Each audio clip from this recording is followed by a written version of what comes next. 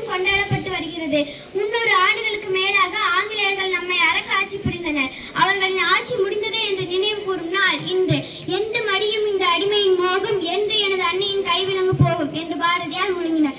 காந்தியடிகளும் இன்னும் பெயர் தெரியாத பல பெரியவர்களும் நமது நாட்டின் சுதந்திரத்திற்காக பாடுபட்டார்கள். அவர்கள் விட்டு சென்றதே இந்த சுதந்திரமும் ஜனநாயகமும்.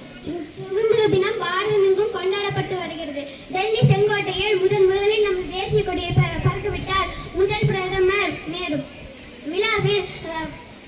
விழாவில் கலை நிகழ்ச்சிகளும் நடைபெறும். 300 ஆண்டுகளுக்கு மேலாக ஆங்கிலேயர்கள் நம்மை அரசாட்சி புரிந்தனர். அவர்களின் ஆட்சி முடிந்ததே என்று நினைவு கூறும் நாள் இன்று. பகைமையை தவிர்த்துக் கொண்டிருந்த இந்திய தாய் தனது கைவிலங்கை உடைத்து சினந்து எழுந்து